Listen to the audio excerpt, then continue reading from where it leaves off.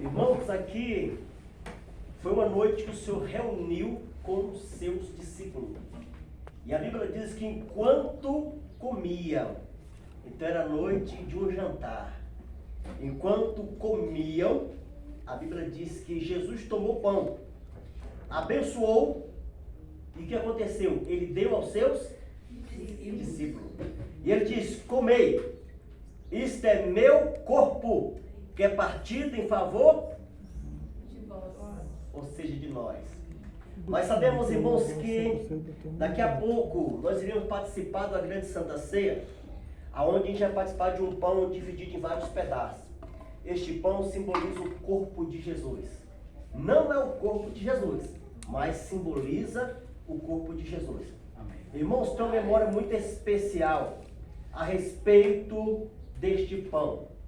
A Bíblia diz que Jesus pegou o pão, o abençoou e disse: isto é o meu corpo, que é partido em favor de vocês. Vamos levantar a mão. Glória a Deus. Aleluia. Irmãos, ontem por volta de umas 3h30, Deus me deu um grande livramento. Aleluia. Um grande livramento mesmo. Eu vinha na moto, eu vinha com garupa, e quando eu cheguei numa esquina que é cheia de beco, né? Principalmente Goiânia é cheio de beco. Aí quando eu virei assim, um rapaz saiu do beco, numa velocidade do carro, que o susto dele me jogou longe, o susto que ele me deu. Não foi o carro batendo em mim. Ele entrou de uma vez e quando eu vi o carro, eu freiei. Quando eu freiei, a moto derrapou. Quando a moto derrapou, eu bati o pé no chão assim, segurei a moto, e a sorte, e quebrou só uma parte da moto lá, né, que eu já mandei já colocar. E bati esse cotovelo aqui, que esse cotovelo meu tá todo arranhado aqui. E a pessoa que estava comigo voou para dentro do mato. O bom, irmão, se caiu no mato. Amém? Só machucou o pé assim no joelho, né? E graças a Deus. Aí depois eu no chão caído lá, né? Eu fui, levantei a moto. Aí o rapaz passou perto de mim e falou bem assim: e aí, machucou? Olhei pra cara dele assim. Aí ele falou bem assim: foi porque você apertou o freio da frente. Eu falei: moço, que Deus te abençoe, meu amigo. Vai embora pra sua casa. Aleluia, né? Vamos ficar nervosos. Irmãos, o bom que o rapaz é obediente, né? É obediente. Irmão, e essa moto, eu tinha 2 dias que eu peguei ela, né? Eu comprei ela, 2 dias, que a minha esposa comprou uma, e tinha 2 dias só, né? Aí tava inaugurando a moto. Aí quando eu pedi o carro por gentileza para ele poder ir embora, ele obedeceu, né? Ele foi embora direitinho, graças a Deus. E o bom, mais importante, irmão, que a raiva veio depois. Amém? Que na hora do susto, né, eu caí, cara, fiz isso aí. E graças a Deus não briguei, não discuti, não fiz nada. Mas depois, né, que eu fui ver, né, o prejuízo do meu braço, não da moto. Aí me deu uns nervosos, eu falei: rapaz, eu podia ter falado aos cabos aquele cara. Mas Deus é bom, e Deus permitiu. Mas o cabra estava armado, né? Amém? Mas Deus, Ele é fiel. Amém, meus irmãos? Amém. Vamos levantar a mão para glorificar. Glória a Deus. A Santa Ceia vai muito além de uma simples reunião, onde se come um pedacinho de pão e bebe um pouquinho de suco de uva. A ceia é um momento de reflexão. Nós sabemos que quando fala da Santa Ceia, fala de 2 objetivos. A primeira Santa Ceia, que é o pão, simbolizando o corpo de Jesus. Nós sabemos que quando Jesus estava na cruz do Calvário, um guarda, um centurião, antes de Pilatos liberar o corpo de Jesus, ele ordenou que um centurião fosse na frente e furasse Jesus com a lança. Quem lembra dessa história? Né? Perfurou Jesus com a lança, para poder conferir se Jesus estava vivo. Quando ele perfura Jesus, que ele puxa a lança, a Bíblia diz que saiu o quê? Sangue e água. Quando ele puxa, que ele vê que Jesus realmente estava morto, aí ele chega lá e diz assim: ó, Jesus está morto, pode liberar o corpo. Foi aonde, né, que as pessoas foram lá e pegaram o corpo de Jesus. Falando do suco de uva, que simboliza o sangue de Jesus, nós sabemos que Jesus, antes de ser crucificado, a Bíblia diz que ele foi levado diante de praça pública, amarraram as suas pernas no tronco e o seu braço também no tronco.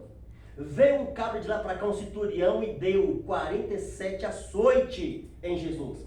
Para completar, irmãos, ali aquela chibata, na ponta tinha ossos, que quando batia, os ossos travavam na pele de Jesus, e quando puxava, arrancava um pedaço da pele. Imagina só, irmão, o sofrimento. 47 açoites. A Bíblia diz que depois dele apanhar bastante, que derramou muito sangue, aquele sangue representa a vida. Aquele sangue representa esse suco de uva. A Bíblia diz, irmão, que depois de tudo isso, Jesus estava ali, irmão, jogado. Veio um guarda de lá para cá com um pano. Ele chegou e cobriu Jesus com aquele pano, com aquele lençol, diz a Bíblia. Quando ele cobre Jesus com aquele lençol, o lençol ficou do corpo de Jesus por algumas horas. E a Bíblia diz que o sangue de Jesus havia secado. E quando o sangue seca, Jesus lavado o corpo de sangue, e o sangue seca, o lençol ficou grudado no corpo de Jesus. Vamos imaginar um guarda, glória a Deus, vindo de lá para cá e pegar aquele lençol e puxar com muita força. Deu para entender, irmãos? Deu para sentir aí? A Bíblia diz que depois de tudo isso, eles vieram com um pedaço de cana seca e bateram em Jesus, na cabeça de Jesus. A Bíblia diz que depois disso, eles pegaram uma coroa de espinho. Para você que não sabe, aquela coroa era feita de arame papado. Chegaram e cravaram na cabeça de Jesus. Um centurião de lá para cá, covarde, veio com a lança, irmãos, e perfurou a cabeça de Jesus, aleluia, colocando aquela lança, triscando a lança na coroa e empurrando com força. Deu para entender o sofrimento de Jesus por minha causa e por tua causa? E tem muita gente que quando vê as lutas, vê as tribulações, eles deixam Jesus simplesmente por nada. Jesus é muito mais importante do que o nada. E Jesus também é mais importante do que o tudo. Quem crê nisso aí? Porque sem Jesus nós não somos nada. Aleluia. Deus, Ele é fiel. A Bíblia diz que todo esse sofrimento que Jesus passou foi para hoje eu e você estar aqui, louvando, glorificando e participando dessa santa ceia, lembrando dos momentos que Jesus passou por minha causa e por tua causa. Vale a pena, irmãos, ficar com Jesus. Imagina só, a irmã rejeitou o prato, aleluia, por amor a Jesus, pela sua fidelidade e lealdade ao Senhor. Porque a nossa carne, irmãos, a Bíblia diz que a nossa carne deseja a terra. A nossa carne deseja o pó. O espírito e a alma desejam o céu. Aí fica aquela guerra, irmãos, espiritual e uma guerra carnal também. Porque a carne deseja a terra. E o espírito e a alma desejam o céu. A alma deseja voltar para Deus e o espírito também deseja voltar para Deus. E fica aquela guerra espiritual. É onde o nosso psicológico começa a ter desejos carnais. Mas a irmã rejeitou por causa da sua lealdade ao nome do Senhor. Glória a Deus. Aleluia. Glória a Deus. Nós sabemos, irmãos, que vale a pena a gente ficar firme com Jesus. Dá o que der, vale a pena ficar com Jesus. Ele padeceu. Quando fala de padecer, fala de sofrimento. Ele sofreu por minha causa e por tua causa. Vamos imaginar Jesus ali na cruz do Calvário sendo crucificado ao lado de dois bandidos, dois ladrão que estavam ali porque merecia estar ali, mas Jesus nada fez para poder estar ali. E nós sabemos que o evangelho é tão perseguido que Jesus, por causa da palavra, foi crucificado. Paulo, por causa da palavra, foi levado para o cativeiro, para o cárcere. Pedro, por causa da palavra, foi levado também para o cárcere. A Bíblia diz que João, por causa da palavra, foi levado para uma ilha desconhecida chamada Ilha de Pátimo. Por causa da palavra, nós sofremos retaliações, mas bendito é o nome do Senhor em nossas vidas. A Bíblia diz: no mundo tereis aflição. O Senhor não falou no mundo vai ter felicidade, não. O Senhor falou no mundo tereis aflições, mas eu venci. E se eu venci, vocês também vencerão. Aleluia! Quem está entendendo os mistérios, levanta a mão. Jesus era perseguido desde pequeno. Desde pequeno, Jesus era perseguido. Vamos imaginar Jesus na escola. Nas escolas, diferente de todo mundo. Todo mundo aprontando, fazendo coisa errada, e Jesus ali, fazendo tudo aquilo que era certo. Diz as cartas que Jesus, com 12 anos de idade, quando a família dele veio de volta para casa, porque ele estava adorando a Deus no templo, quando vinha para casa, a Bíblia diz que Jesus desapareceu no meio do povo. Quando chegaram em casa, que eles foram perceber que Jesus não estava com eles. Irmãos, eles ficaram assim, mas o pai e a mãe, 12 anos de idade, ficaram todo mundo perturbado à procura de Jesus. Foram no centro da cidade, não encontra Jesus. Vai diante do povo, também não encontra Jesus. Aí de repente, aleluia, José e Maria falaram, rapaz, o único lugar que a gente não foi no grande templo. Vamos lá no grande templo, ver o que está acontecendo, se ele está lá. Quando chega lá, irmão, imagina só, a Bíblia diz que sacerdote, escriba, doutores da lei, estava sentado ouvindo quem? Um menino de 12 anos de idade. Autoridade, meu Deus! Aleluia! É muita autoridade. Imagina só, irmão, você ser diferente de todo mundo. Você está na escola, o povo olha para você, você é diferente. O povo senta com você, de repente você transmite paz. Quando você transmite paz, você está encontrando o que? Guerra diante daqueles que não entendem. Primeiro passo, vão te invejar. Segundo passo, vão te perseguir. Terceiro passo, vai caçar, fazer de tudo para arrancar a tua fé, arrancar a tua bênção. Mas uma coisa eu quero te dizer, o diabo não pode arrancar aquilo que Deus colocou na tua vida. Glória a Deus! Jesus era totalmente, é diferente. Ele é diferente de todos nós. Nós pensamos, às vezes você afasta do pecado, mas a mente é terrível, irmão. A mente capta muitas coisas, milhares de coisas em segundos. Amém? A mente da gente capta coisas em segundos. Milhares de coisas em segundos. O povo diz assim, eu sou santo, já mentiu, porque santo é Deus. A Bíblia diz que o salmista Davi, a maior alegria de Davi é quando ele dizia, vamos até a casa da onde? Do Senhor, Salmo 122. Era a alegria de Davi. Davi, o homem segundo o coração de quem? De Deus. Quando fala segundo o coração de Deus, dá para entender, pô, o cara é santo demais, pô, segundo o coração de Deus é um homem de confiança de Deus. Porém, o homem cheio de falha, o homem cheio de defeito. Olha o pior erro de Davi, desejar aquilo que não era dele. O segundo erro de Davi foi cometer o homicídio. Ele matou, porque ele cobiçou e ele viu, irmãos, que era contra a lei. O que acontece? Ele matou para a mulher ficar livre e ficar com ele. Mas Deus não deixa passar nada.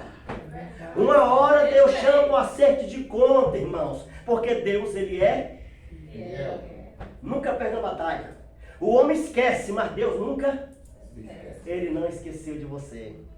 Tudo aquilo que ele te prometeu, ele diz assim, ó, passa o céu, passa a terra, mas as minhas palavras não vão de passar. Quem prometeu foi Deus. E se Deus prometeu, ele é fiel. Glória a Deus, irmão. A Bíblia diz, posso todas as coisas naquele que me fortalece. Mas nem tudo a gente pode fazer. É desse jeito. Podemos todas as coisas, mas nem tudo pode fazer, irmão. Vai que você faz tudo o que você quer fazer e de repente aí, o corpo perece, a alma morre e acaba a pessoa perdendo o galardão, porque a Bíblia diz, são muitos chamados, porém poucos escolhidos.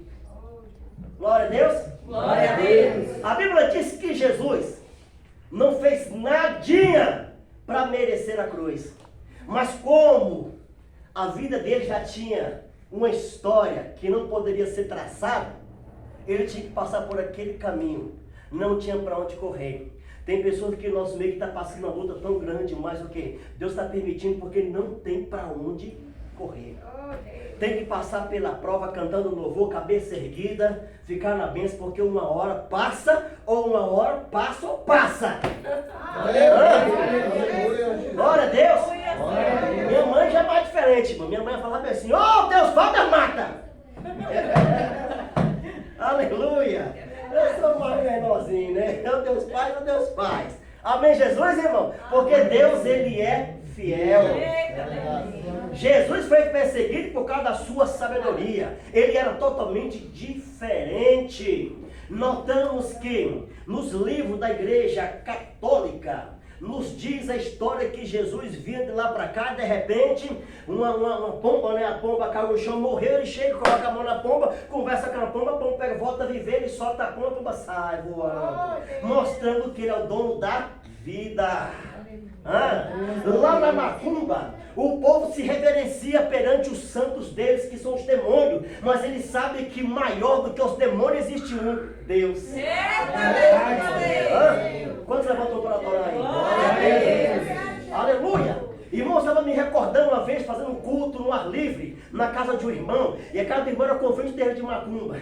E o nome desse macumbeiro é Rogerinho. É um homem, né, que quer ser mulher, mas é um cabra porco, mas porco mesmo. Irmão, nós fizemos um culto lá, e quando nós fizemos o culto, era um dia de terça-feira, era o dia do candomblé deles lá, de bater tambor e etc.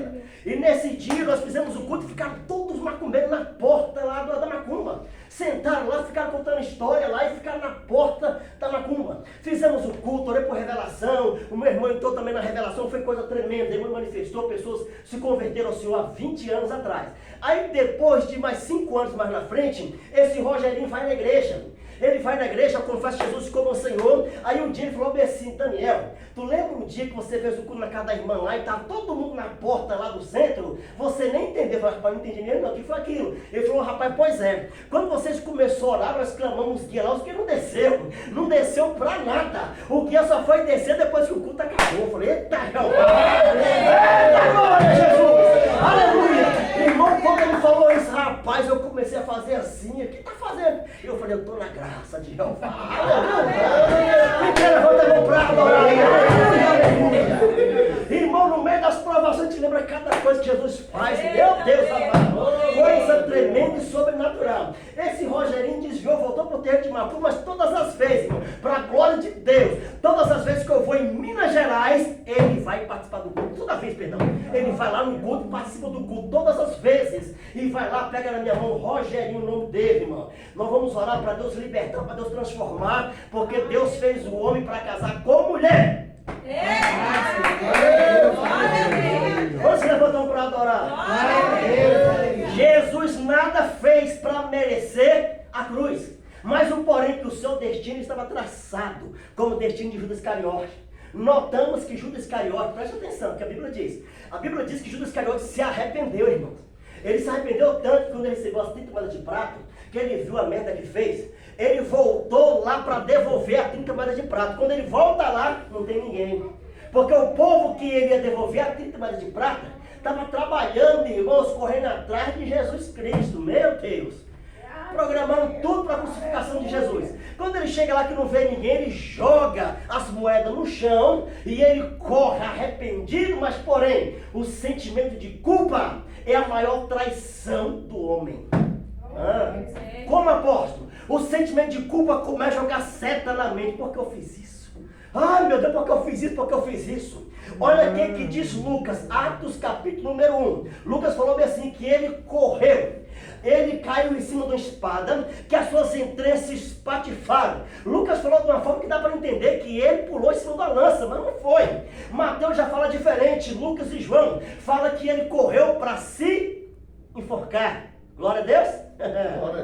Quando ele estava com esse sentimento de culpa, o diabo jogando depressão em Judas Iscariote. Depressão é demônio. Tem muita gente que entra em depressão aí. O médico receita vários remédios e ele fica preso em casa tomando remédio. É demônio. Depressão é demônio. Judas Iscariote ficou com depressão a ponto dele correr para se enfocar no momento da depressão. Quando a pessoa está escravizada pela depressão, os amigos somem, as pessoas mais próximas somem. Quem sofre com isso? A mãe e o pai, só isso. A mãe e o pai, irmão que ama, aleluia, e sofre, mas os outros tudo abandona. E quando vem o abandono, vem o desejo de querer tirar a vida. Isso é demônio. A Bíblia diz que Judas correu para se forcar, porque o destino de Judas estava traçado, e o destino de Jesus também. O destino de Judas Iscariote era trair Jesus e morrer enforcado. O destino de Jesus era morrer na cruz por minha causa e por tua causa. O destino de Jesus, aleluia, glória a Deus, é depois da morte ele ressuscitar. Glória a Deus. A obra foi tão perfeita que depois da ressurreição de Jesus, o homem, a mulher, o mundo inteiro nunca esqueceu. O macumbeiro levanta a conta, mas o macumbeiro sabe que Jesus morreu e ressuscitou. O necromante, para você que não sabe, pessoas que mexem com defunto, nós sabemos, irmãos, que eles sabem que Jesus morreu, mas também ele Ressuscitou. E quem crê que ele está aqui em nosso meio? Glória a Deus. Ele está em nosso meio em espírito. Quem crê? Glória a Deus. Quando fala em verdade, é porque o negócio é sério. Porque não tem mentira. É verdade. Em espírito e em verdade. Ele está aqui porque ele está no espírito. Amém? Amém. Ele está aqui porque tudo é verdade. Aleluia. Quem crê, levanta a mão para nós. Glória a Deus. É por isso que nós temos um memorial. Lucas capítulo 22, versículo 19. É um memorial. Tomando o pão, tendo dado graça, o partiu e lhe deu, dizendo: isto é meu corpo oferecido por vocês. Quem crê? Glória Glória a Deus. Quem crê, levanta a mão para Glória a Deus. Glória a Deus. O nosso Deus, ele é fiel. E ele vela para cumprir as nossas promessas. Quem crê? Amém. Deus prometeu algo, prometeu? Através de um vaso? Quem tem promessa, levante a mão aí. Glória a Deus. A Aleluia. Bíblia diz: passará o céu, passará as minhas palavras, jamais. Então creia, porque o que Deus lhe prometeu, ele vai cumprir. Glória a Deus. Querendo ou não, ele vai cumprir na terra a sua promessa. Deus. Vou ficar aqui, bem, para não prolongar por causa do horário. Fique de pé. Glória a Deus.